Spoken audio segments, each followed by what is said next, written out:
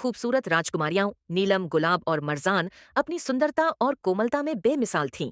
नीलम हमेशा नीले रंग के चमकते वस्त्रों में जगमगाती, गुलाब का गुलाबी लिबास उसे किसी सपने जैसा बना देता और मरजान हरे और सुनहरे परिधान में किसी जंगल की परी मालूम होती।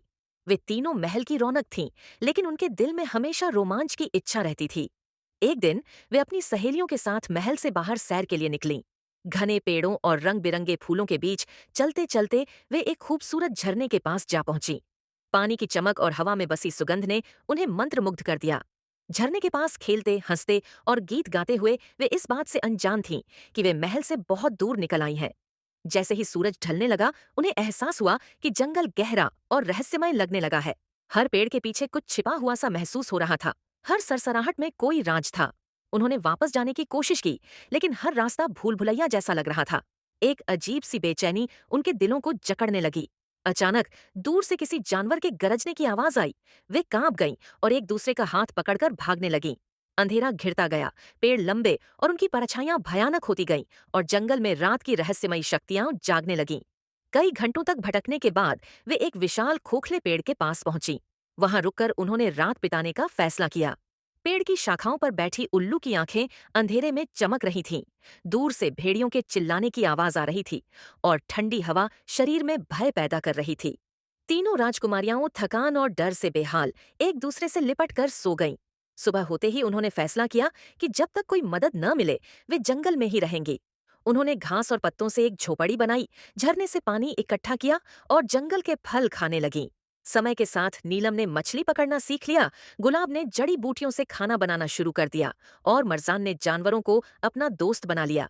परिंदे उनके पास आ जाते, हिरण उनके साथ चलते और तितलियां उनके चारों ओर नृत्य करती। लेकिन जंगल में कुछ था जो उन्हें लगातार महसूस होता, जैसे कोई उन्हें देख रहा हो। एक दिन जब नीलम नदी से पानी लेने गई तो उसे लगा कि कोई झाड़ियों में छिपा हुआ है। वह तेजी से पलटी, लेकिन कुछ नहीं दिखा। वह भागती हुई अपनी बहनों के पास पहुंची और बताया कि कोई उन्हें देख रहा है।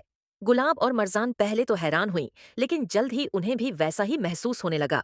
रात के समय जब तीनों आग के पास बैठी थीं, अचानक एक तेज सांस लेने की आवाज सुनाई दी।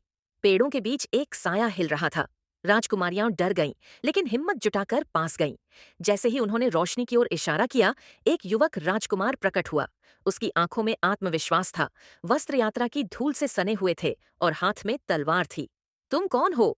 नीलम ने कांपती आवाज में पूछा। मेरा नाम अयाज है और मैं तुम्हें यहाँ से निकालने आया हूँ, राजकुमार ने कहा। राजकुमारियां हैरान रह गईं। अयाज ने बताया कि वह कई महीनों से उन्हें खोज रहा था। उसने सुना था कि 3 राजकुमारियां जंगल में खो गई हैं और वह उन्हें बचाने के लिए निकला था।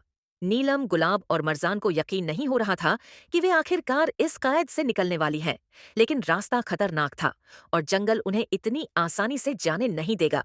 जैसे ही वे वापसी के सफर पर निकले, एक भयानक गरज सुनाई दी। जंगल के पेड़ों के पीछे से एक बड़ा खूंखार आंखों वाला जंगली दरिंदा प्रकट हुआ। उसके तेज दांत चमक रहे थे और वह खतरनाक अंदाज में उनकी ओर बढ़ रहा था। राजकुमार अय्याज ने तलवार खींच ली और जंगल के सन्नाटे में केवल तलवारों की झंकार और दरिंदे की दहाड़ गूंजने लगी। राजकुमारियां और डर से पीछे हट गईं, लेकिन अय्याज बहादुरी से लड़ता रहा। आखिरकार एक जोरदार वार के साथ दरिंदा जमीन पर गिर पड़ा और जंगल एकदम शांत हो गया। अयाज ने राजकुमारियों की ओर देखा और कहा, अब देर नहीं करनी चाहिए, हमें तुरंत निकलना होगा। कई दिनों की यात्रा के बाद वे सभी महल पहुंचे। महल में खुशियों का शोर गूंजने लगा और राजा रानी ने अपनी बेटियों को गले लगा लिया। महल में एक भव्य उत्सव मनाया गया और कुछ समय बाद अयाज और नीलम का विवाह हो गया। लेकिन वे तीनों राजकुमारियां हो जंगल के वे दिन कभी नहीं भूल सकीं। वे अक्सर महल के बगीचे में बैठकर उस रात, उस डर और उस बहादुरी की कहानी सुनाया करती थीं। लेकिन सबसे अधिक वे उस अनदेखी रहस्यमयी शक्ति के बारे में सोचती थीं जो हमेशा उनके आसपास महसूस होती थी, लेकिन कभी सामने नहीं आई।